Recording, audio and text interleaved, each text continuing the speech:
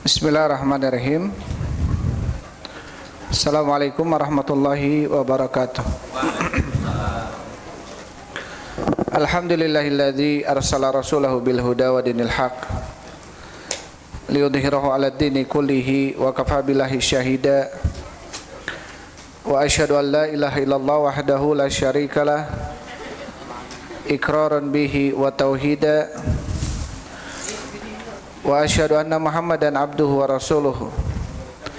Allahumma shalli wa sallim ala nabiyyina Muhammadin wa ala alihi wa ashabihi ajmain. Amma ba'd. Ikhwan wa akhwati fillah habibakumullah. Bapak Ibu jamaah salat maghrib yang dimuliakan Allah Subhanahu wa taala. Alhamdulillah, segala puji bagi Allah Subhanahu wa taala atas segala kemudahan yang Allah berikan kepada kita semua, sehingga di malam ini kita masih bisa melaksanakan sebagian kewajiban kita, yaitu salat maghrib berjamaah dengan dilanjut dengan thalabul ilm. Insyaallah kita lanjutkan pembahasan kita dalam kitab Tauhid karya Syekh Muhammad At-Tamimi An-Najdi rahimahullahu ta'ala. Sekarang kita, atau sebelumnya kita masuk ke dalam bab, yaitu tentang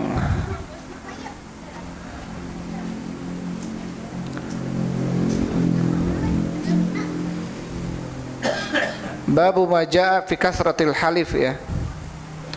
Bab permasalahan yang datang di dalam banyak bersumpah.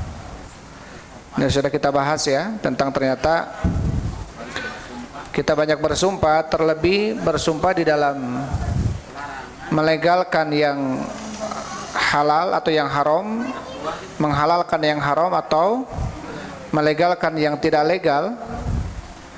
Terlebih di dalam masalah jual beli, kemudian kita bersumpah, maka ini tidak boleh karena ada bentuk perendahan, ya, atau karena ada bentuk merendahkan Allah Subhanahu wa taala di dalam bersumpah dengan menyebut nama-namanya. Jazakallahu khair. Sekarang kita masuk ke bab setelahnya. Dikatakan oleh Syekh Muhammad At-Tamimi An-Najdi rahimahullahu taala, babu majaa, bab apa-apa yang datang di dalam fi dimmatillahi wa dimmati nabiyhi. Bab apa-apa yang datang di dalam dimmatillah, yaitu perjanjian Allah, wa dimmati nabiyhi, dan perjanjian terhadap nabinya. Ya, ini bab ini dimasukkan oleh Syekh Muhammad ke dalam kitab Tauhid tentang pentingnya seseorang yang bertauhid untuk menunaikan janji kepada Allah Subhanahu wa taala. Karena ketika seseorang dia menunaikan janji, ini menunjukkan apa? Apalagi janji kepada Allah, gitu, ya, menunjukkan terhadap pengagungan terhadap Allah Subhanahu wa taala. Dan ketika seseorang dia berjanji, apalagi dengan menyebut nama Allah dan tidak menunaikannya, justru apa? Di sana ada bentuk merendahkan Allah Subhanahu wa taala. Sehingga dimasukkan oleh Syekh ke dalam kitab Tauhid bab ini, yaitu bab, ya, perintah untuk menunaikan janji Allah dan janji Rasulullah sallallahu alaihi wasallam.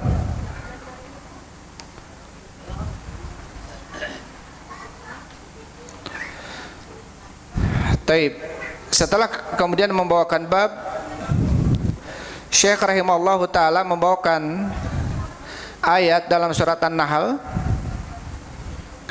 Ayat dalam surat An-Nahl ayat 91, ya.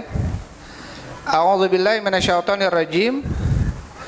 Wa aufu bi ahdillahi idza ahadtum wa la tanqudul aymana ba'da tauqidiha.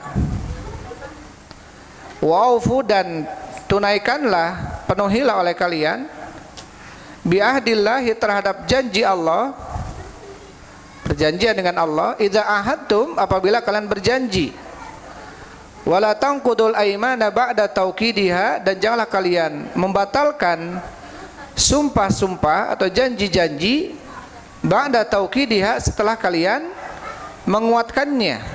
Artinya setelah kalian berjanji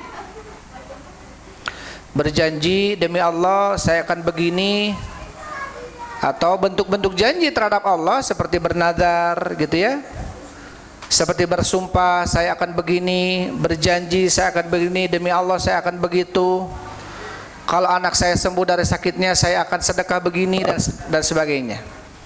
Maka ini bentuk janji ya. Bentuk apa? Bentuk sumpah atau janji yang harus kita tunaikan. Wa aufu bi'ahdillahi idza ahadtum, tunaikanlah oleh kalian, penuhilah oleh kalian janji terhadap Allah apabila kalian telah berjanji. Wala tanqudul aiman, artinya jangan kalian membatalkan, kalian merusak janji kalian. Kalian sudah berjanji, saya akan begini, saya berjanji demi Allah, saya akan begini, saya bersumpah dengan menyebut nama Allah, kalau anak saya sembuh dari sakitnya saya akan bersedekah 1 juta misalkan. Ya, maka hal seperti itu harus ditunaikan. Hal-hal seperti itu harus ditunaikan. Karena termasuk apa? Termasuk janji kepada Allah. Ketika seseorang dia tidak memenuhi janji tersebut, berarti dia apa? Merendahkan Allah Subhanahu wa taala. Padahal janjinya dengan menyebut nama Allah. Ya. Di dalam ayat ini kata Syekh Shalih Fauzan hafizahullah taala, Allah Subhanahu wa taala memerintahkan dalam ayat ini untuk menunaikan janji dan perjanjian dengan Allah Subhanahu wa taala, dan untuk menjaga itu. Kenapa? Karena ketika mereka melakukan itu artinya menjaga janjinya ya, dan menunaikan janjinya, maka hal tersebut apa? Hal tersebut bentuk apa? Bentuk pengagungan dia terhadap Allah Subhanahu wa taala. Bentuk pengagungan seseorang terhadap Allah justru dengan cara menjaga apa? Janjinya salah satunya. Janji yang dia tunaikan baik antara dia dengan Allah atau antara dia dengan manusia, tapi menyebut nama Allah. Demi Allah saya akan begini, demi Allah saya akan begitu, ya. Dalam hal apapun misalkan, demi Allah saya akan bayar besok misalkan, bersumpah dia. Atau demi Allah, intinya apa? Dia bersumpah dengan menyebut nama Allah. Ada perjanjian yang dibuat, maka dia harus apa? Dia harus menunaikan itu. Ini menunjukkan tentang apa? Tentang bahwasanya dia telah mengagungkan Allah Subhanahu wa taala dalam sumpahnya. Ketika dia membatalkan janjinya, maka ada bentuk apa? Mengurangi, merendahkan. Ya, merendahkan Allah Subhanahu wa taala karena dia tidak, atau karena dia telah membatalkan janjinya.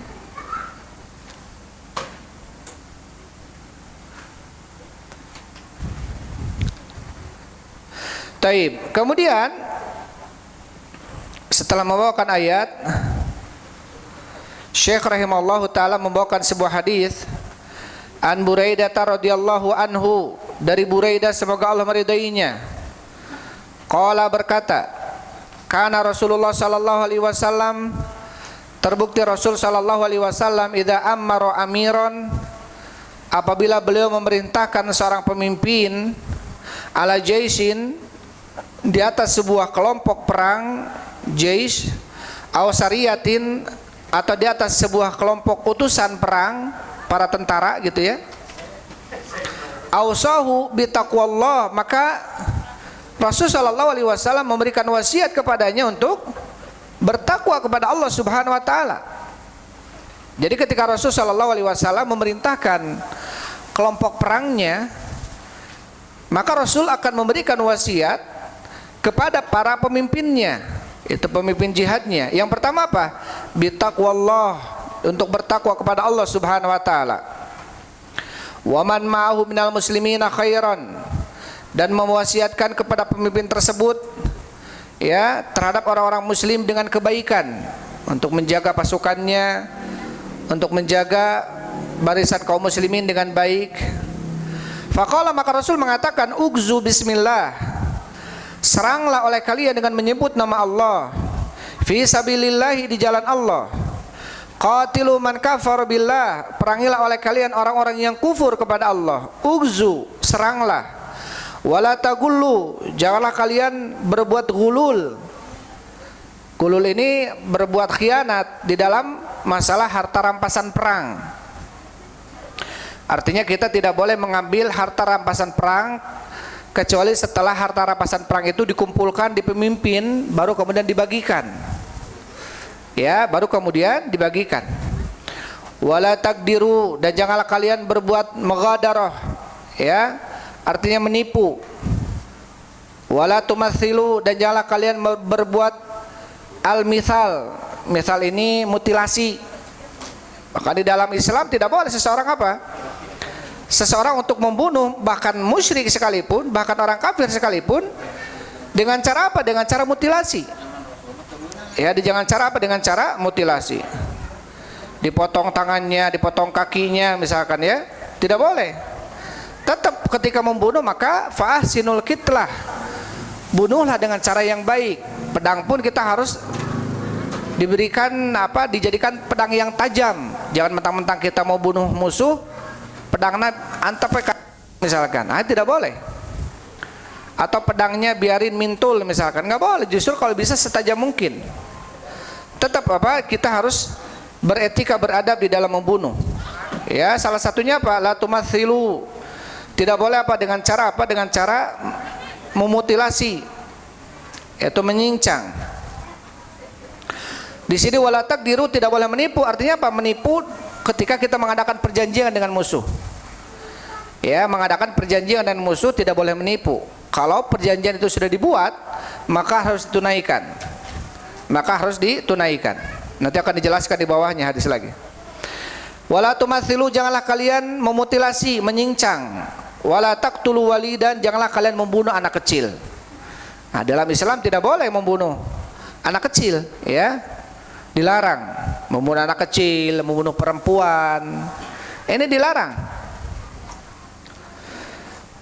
Kemudian kata Rasulullah, wa idza laqita aduwaka minal musyrikin, dan apabila engkau menemui musuhmu dari kalangan musyrikin, fad'uhum ila thalathi khilalin aw khisalin, maka ajaklah mereka kepada 3 posisi atau 3 sifat atau ciri-ciri, atau 3 persetujuan, 3 perjanjian gitu.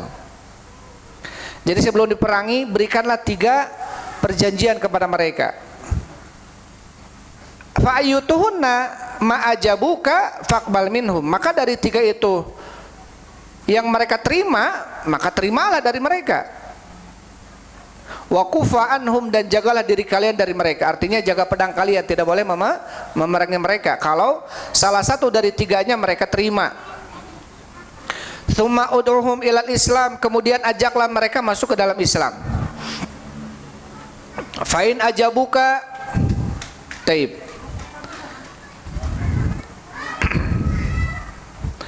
Fa'in ajabuka lidzalik salatu khilalin aw khisalin syakku minar rawi wa manahuma wahid. Khilal dan khisal ini sama saja, artinya antara khilal atau khisal, ya.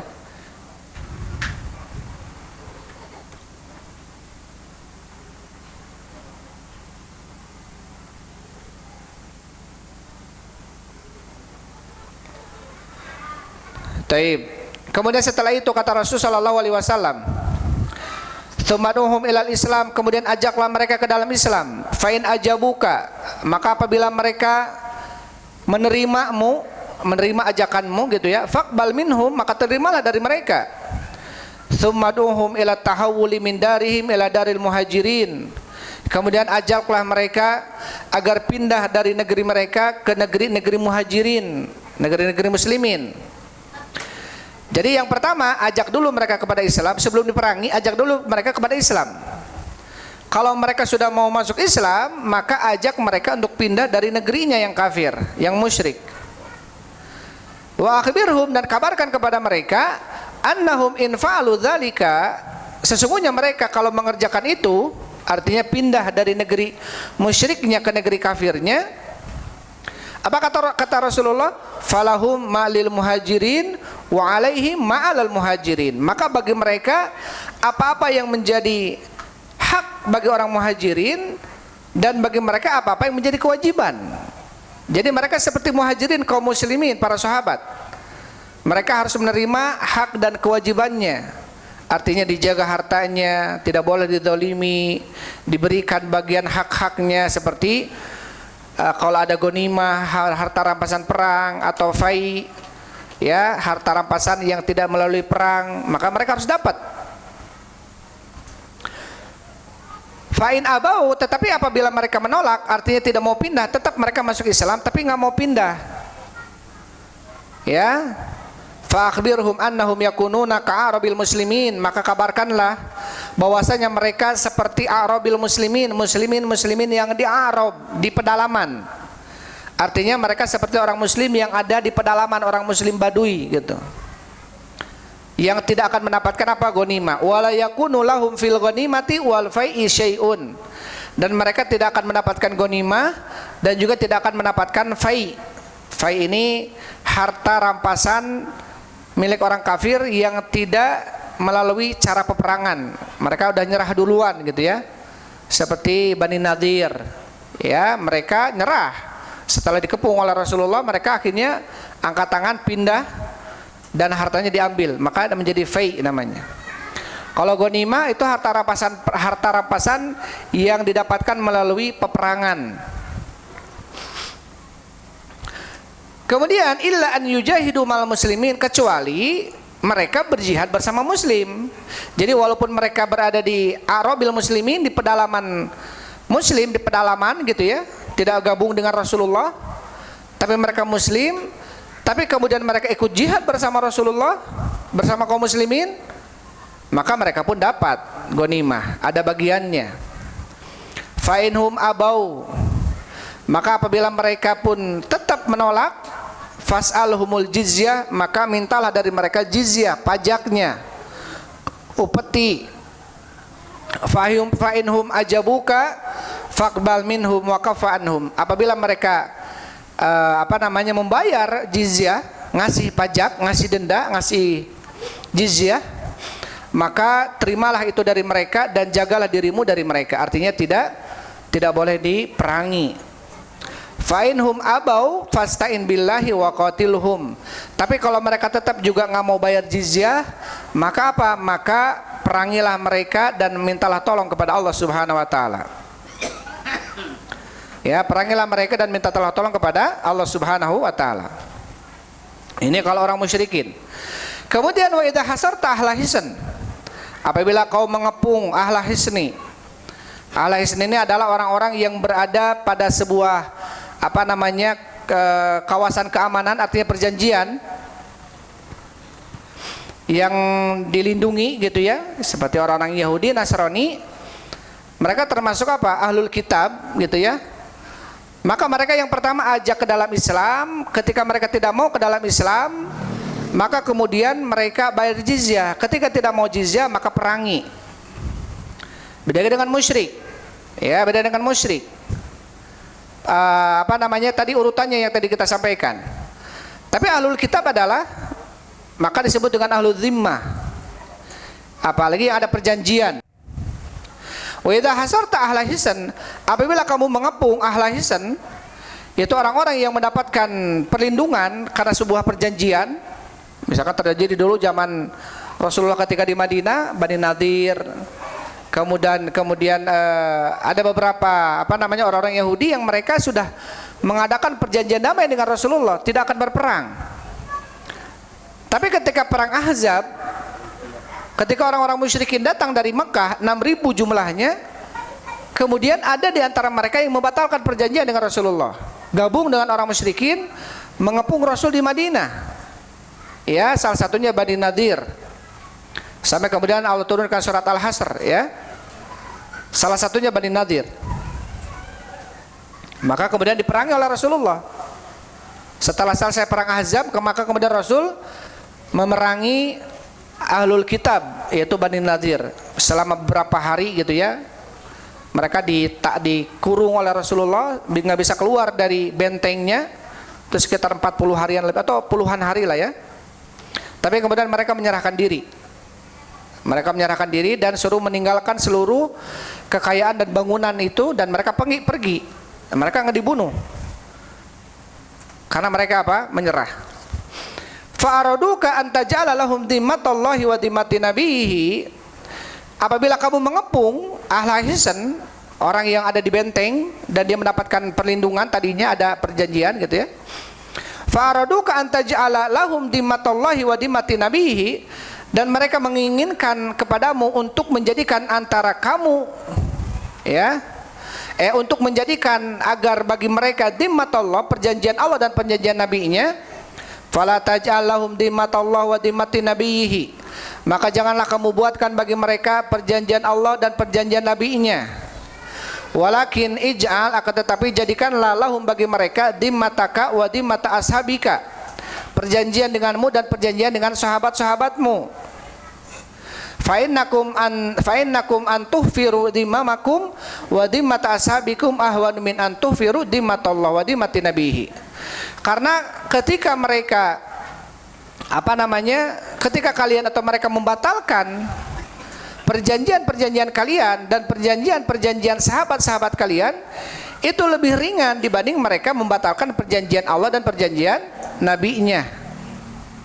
Ya, dan perjanjian apa? Nabinya.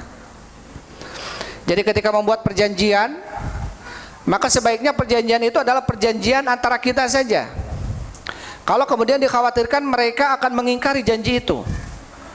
Karena kalau mereka mengingkari janji kita, itu lebih mending dibanding mereka mengingkari janji kepada Allah Subhanahu wa taala gitu. Taib. Maka ini kadang-kadang kita melihat ya, ada janji setia, ikrar. Biasanya ada pegawai-pegawai khusus gitu ya. Apalagi dipegang Al-Qur'an di atasnya, saya berjanji akan begini, begitu, begini, banyak janjinya. Di tengah jalan kerjaannya dia ada yang lalai, ada yang wah ini bisa-bisa dosa dia. Karena dia berjanji kepada Allah Subhanahu wa taala. Ya, berjanji kepada Allah Subhanahu wa taala. Mungkin ada yang pernah jadi tentara atau apa gitu ya, biasanya suka-suka ada tuh. Ya. Maka sebaiknya janjinya kepada apa? Kepada negara, itu lebih mending. Janji kepada instansi ya, kepada ya instansi yang dia digeluti gitu ya sebagai pekerjaannya.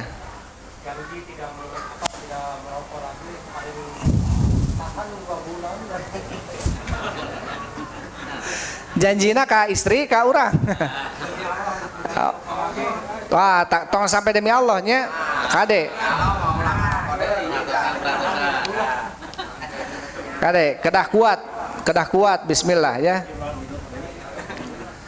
Janji moal meser. Ini karena apa? Janji kepada Allah betul-betul harus diperhatikan, berat. Ya, tapi kalau dia insya Allah, ketika sudah dia berjanji dengan menyebut nama Allah, berarti wayahna dia harus harus tunaikan itu. Oh iya, kalau enggak bayar kafarah. Dia harus puasa 3 hari, atau kalau enggak bayar fakir miskin, kasih makan 10 orang fakir miskin. 3 hari sumpah. Bayar kafarah sumpah.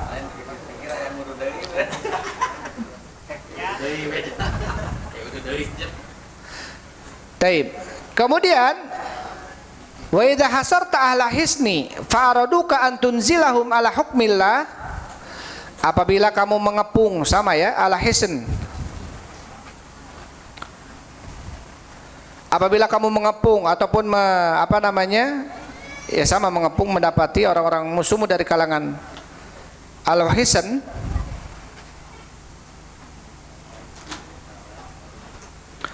jadi ketika kamu mengepung orang-orang yang ada di dalam hisnnya, bentengnya, pertahanannya, faraduka antun zilahum ala hukmillah, kemudian mereka menginginkanmu agar membuatkan perjanjian di atas hukum Allah, fala tunzilhum ala hukmillah, janganlah kamu buatkan bagi mereka hukum di atas hukum Allah.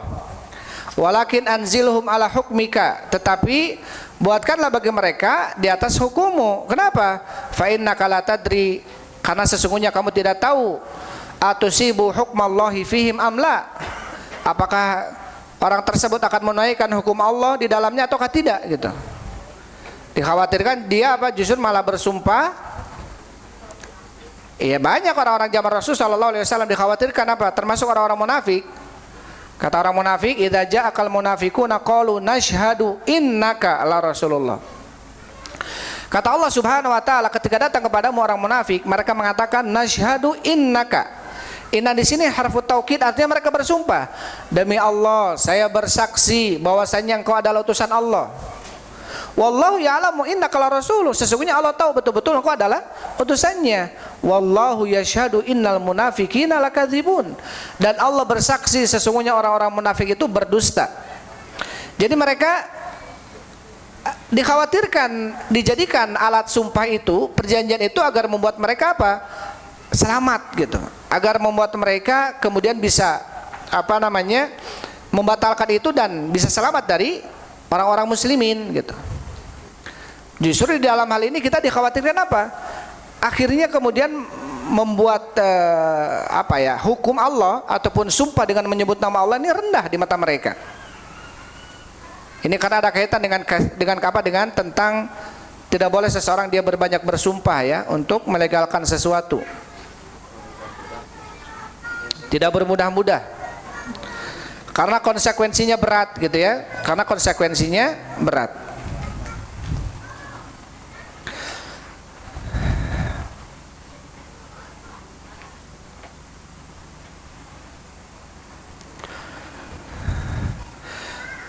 Kaitan ayat ini atau kaitan hadis ini dengan bab yang disampaikan, Syekh Shalih Fauzan mengatakan, anna fihi nahyi an ita'i dhimmatillahi wa dhimmati rasulil kuffar.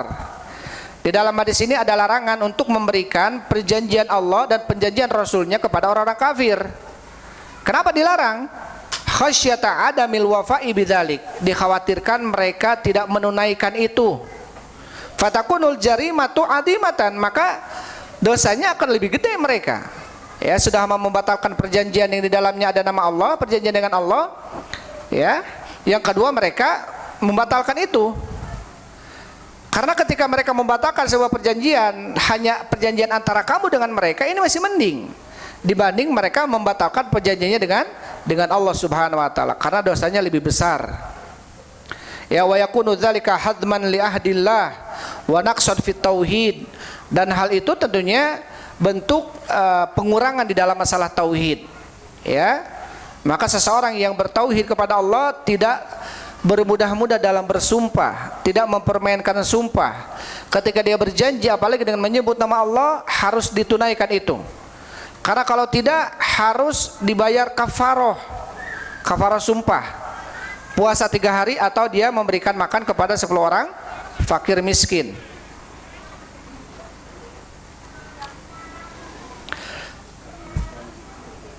Maka diambil dari hadis yang tadi disampaikan,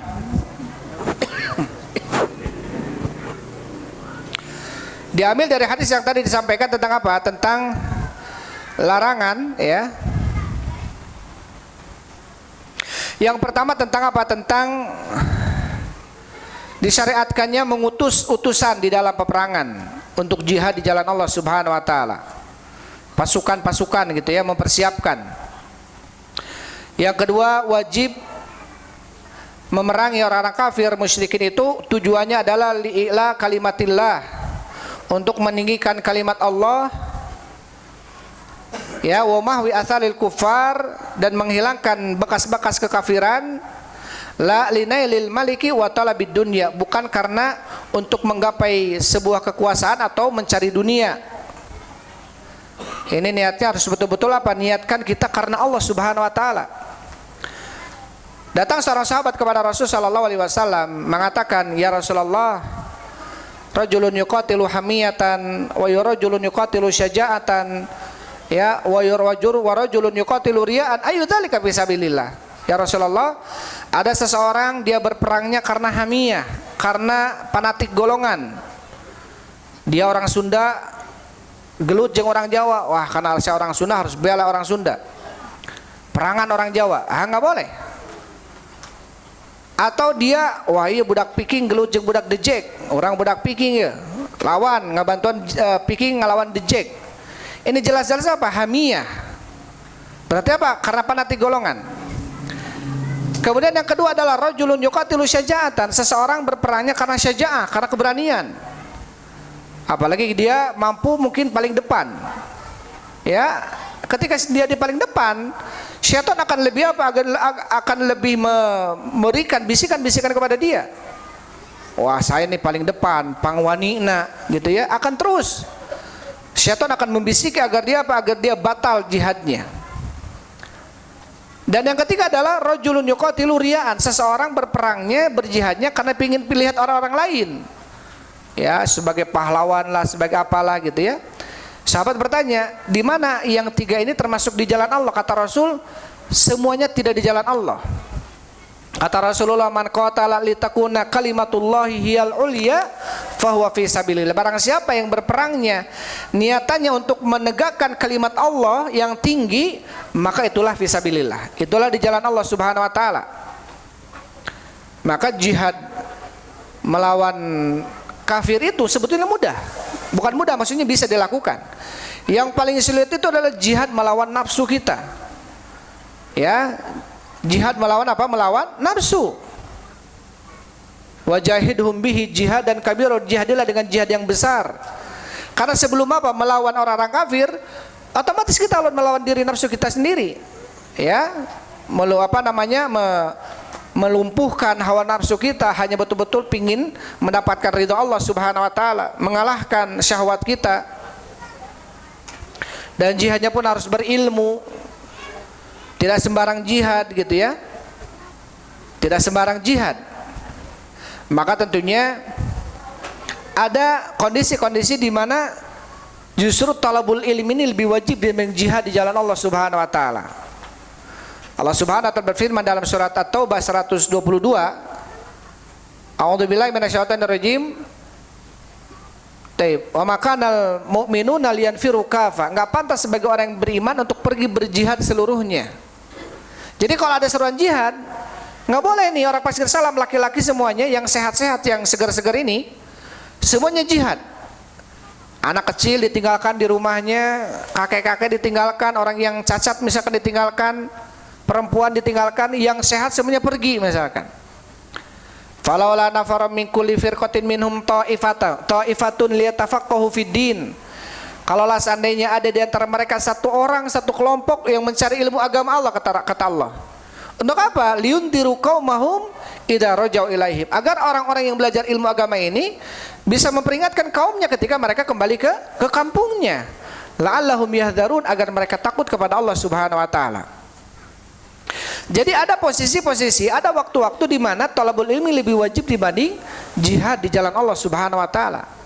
Jadi kalau ada seruan jihad, nggak boleh nih kita pergi semuanya, harus ada satu dua orang yang talabul ilm justru. Karena kalau Allah takdirkan semuanya mati di medan tempur, kemudian meninggalkan perempuan di kampung kita, anak-anak kecil, kakek-kakek yang cacat dan lain sebagainya yang tidak bisa ikut perang, terus siapa yang kemudian akan mendakwahkan Islam kepada mereka? Akhirnya apa? Akan tertutup. Pintu ilmu nggak akan sampai kepada mereka. Ketika apa? Para laki-lakinya yang seger-segernya, yang sehat-sehatnya pergi berjihad, Allah takdirkan meninggal semuanya, gitu ya. Maka tetap harus ada orang-orang yang memperdalami ilmu agama.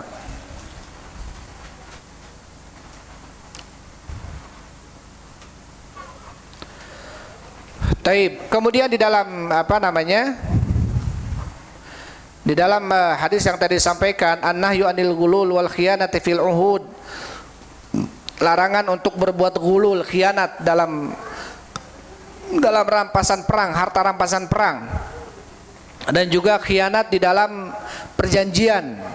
Ya, karena ada al-ahdul sulh Hudaybiyah, perjanjian damai tentang perang Hudaybiyah.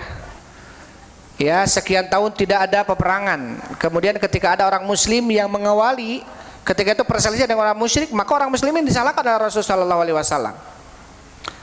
Disalahkan oleh Rasulullah sallallahu alaihi wasallam. Karena apa? Karena sudah ada perjanjian untuk tidak saling menyerang. Berarti menunjukkan apa? Harus menunaikan janji. Antara manusia dengan manusia aja harus ditunaikan, apalagi janji terhadap Allah Subhanahu wa taala. Dan larangan tentang gulul. Gulul ini apa? Khianat di dalam rampasan perang.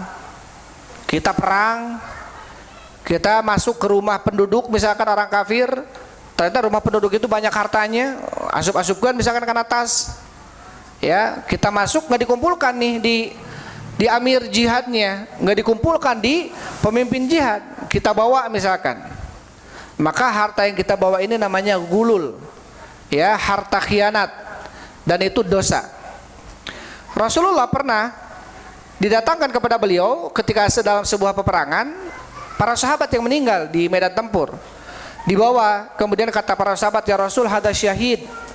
Ketika dilihat Rasulullah, naam huwa syahid, benar dia syahid. Datang lagi, ya Rasul, hada syahid, ya Rasul, ini pun syahid. Ketika dilihat oleh Rasulullah, betul dia syahid juga. Pas yang ketiga, ya Rasul, hada syahid, kata Rasul, la huwa finnar. Ketika para sahabat mengatakan, ya Rasul, ini syahid juga ya Rasul, kata Rasul ketika melihat, la, dia tidak syahid, dia huwa finnar, dia ada dalam neraka. Fa inna aba'atan qad gollaha, dia telah berkhianat dalam harta rampasan perang, menyembunyikan selendang, padahal cuma selendang aja, kain selendang. Musim dingin dia tutupi agar tidak terlalu kedinginan, dipakai, nggak diserahkan ke pemimpin jihad untuk dikumpulkan. Hal kecil itu saja membuat dia tidak masuk kategori syahid. Bahkan termasuk kata Rasul, huwa finnar, dia ada di dalam neraka. Dalam hadis yang tadi disampaikan menunjukkan bahwasanya yang tahu tentang seseorang syahid dan tidaknya hanya siapa? Hanya Allah Subhanahu wa taala dan Rasulnya. Rasul pun melalui wahyu dari siapa? Dari malaikat Jibril, ya dari Allah Subhanahu wa taala. Menunjukkan para sahabat ini tidak tahu kalau orang ini syahid, padahal para sahabat mungkin tahu. Orang ini terbunuhnya karena di medan tempur, Masya Allah, semangat berjihad, semangat beramal. Melihat dohirnya dia baik, maka kemudian husnudzon, ya Rasulullah, ini syahid. Tapi Rasul mengatakan tidak, ini tidak syahid, dia ada dalam neraka. Maka menunjukkan tentunya syahid adalah milik Allah Subhanahu wa taala. Syahadah itu adalah milik Allah Subhanahu wa taala. Maka tidak boleh seseorang melabeli seseorang fulan asy-syahid. Itu tidak boleh. Tapi kalau fulan la'allahu syahid, si fulan mudah-mudahan dia syahid, mendapatkan syahadah, mati syahid, ini maka boleh. Karena kita berdoa berharap. Tapi kalau fulan asy-syahid, pakai alif lam apa lagi? Asy-syahid, ini dilarang, tidak boleh. Karena seakan-akan kita telah memastikan orang ini mati syahid, padahal belum tentu. Padahal belum tentu. Tetapi tentunya kita berhusnudzon saja dengan berdoa la'allahu syahid, mudah-mudahan dia termasuk orang yang syahid.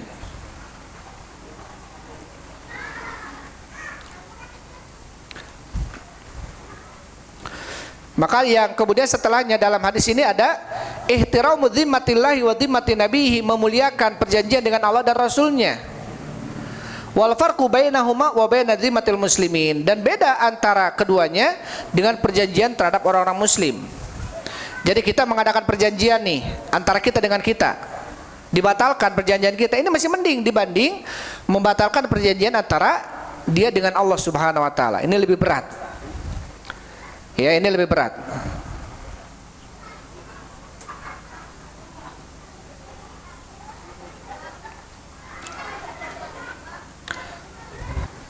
Kemudian bab setelahnya, Syekh rahimahullah ta'ala mengatakan babu maja fil aqsami alallah, bab apa-apa yang datang di dalam masalah sumpah-sumpah terhadap Allah Subhanahu wa taala. Jadi bab tentang permasalahan sumpah-sumpah terhadap Allah.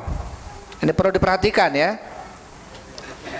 An Jundub bin Junadah, An Jundub bin Abdillah Al-Bajali, ada Jundub bin Junadah, Abu Ghifar Abu Dar Al-Ghifari, Jundub bin Junadah namanya. Kalau ini Jundub bin Abdillah Al-Bajali.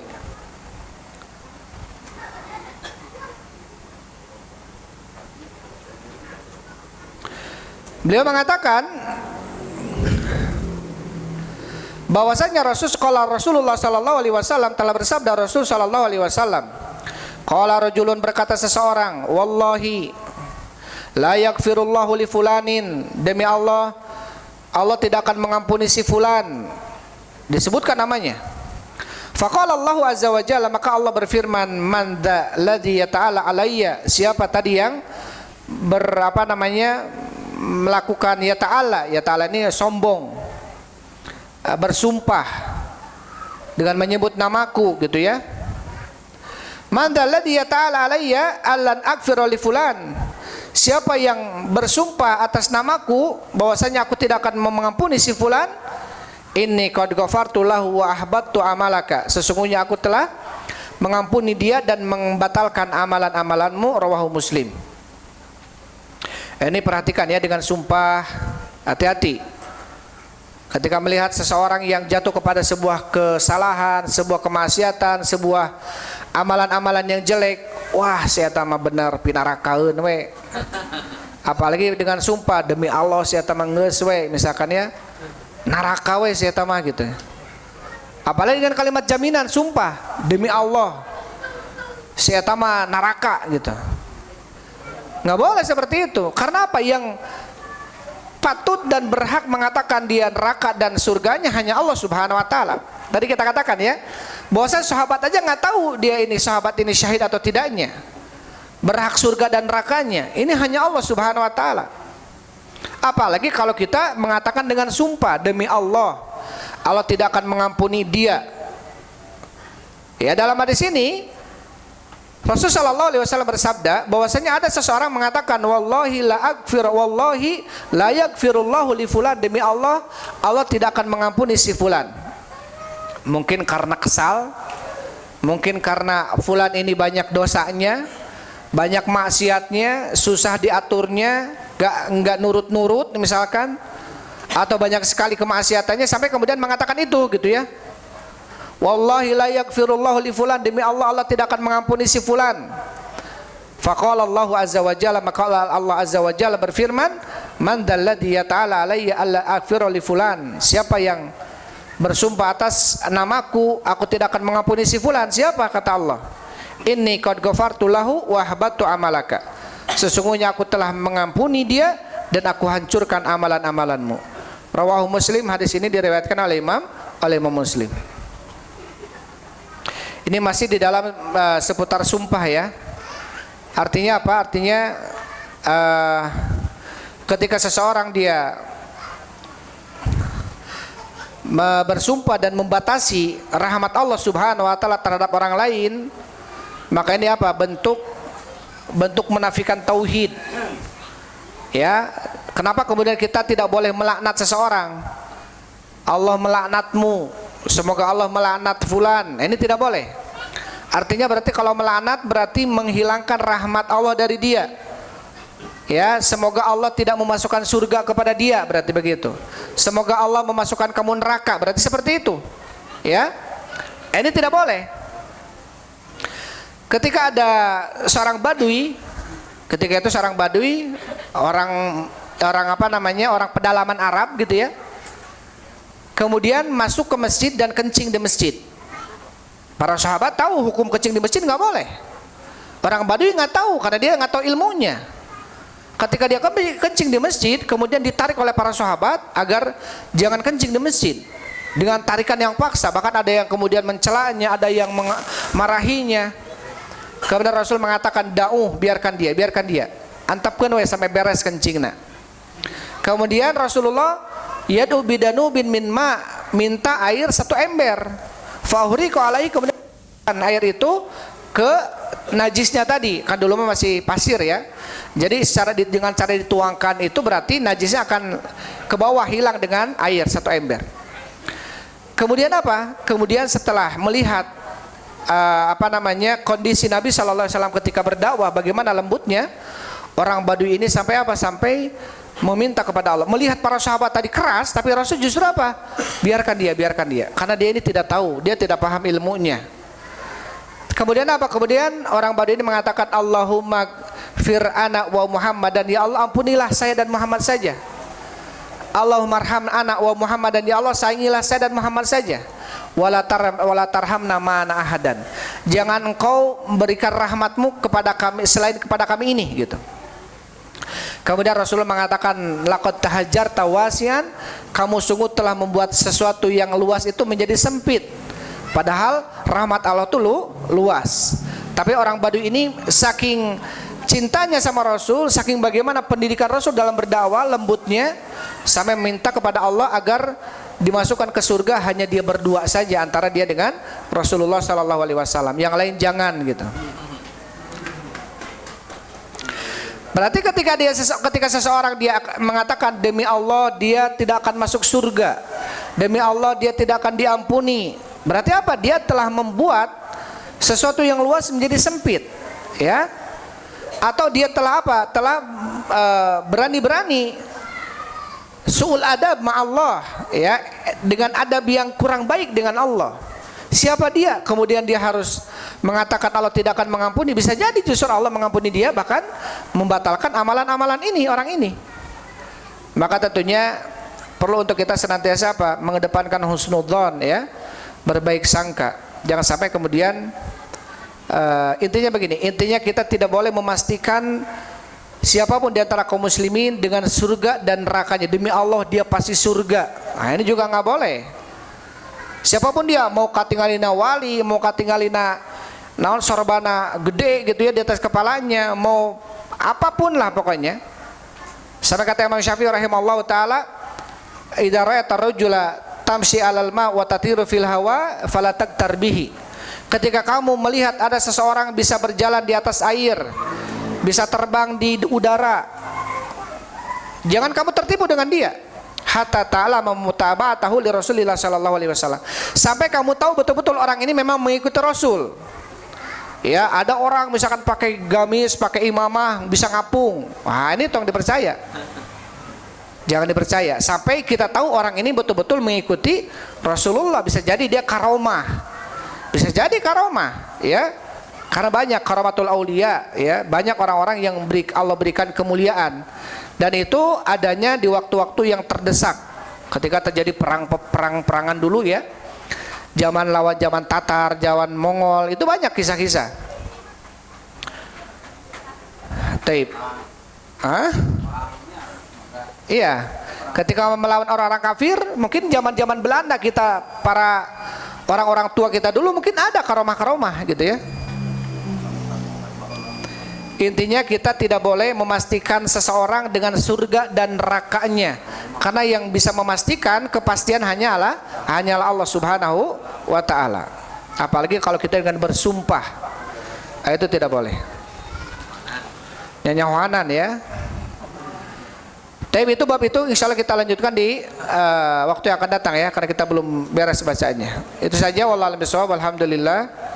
Wassalatu wassalamu ala Rasulillah. Subhanakallahumma rabbana wa bihamdik asyhadu an la ilaha illa anta astaghfiruka wa atubu ilaik. Assalamualaikum warahmatullahi wabarakatuh.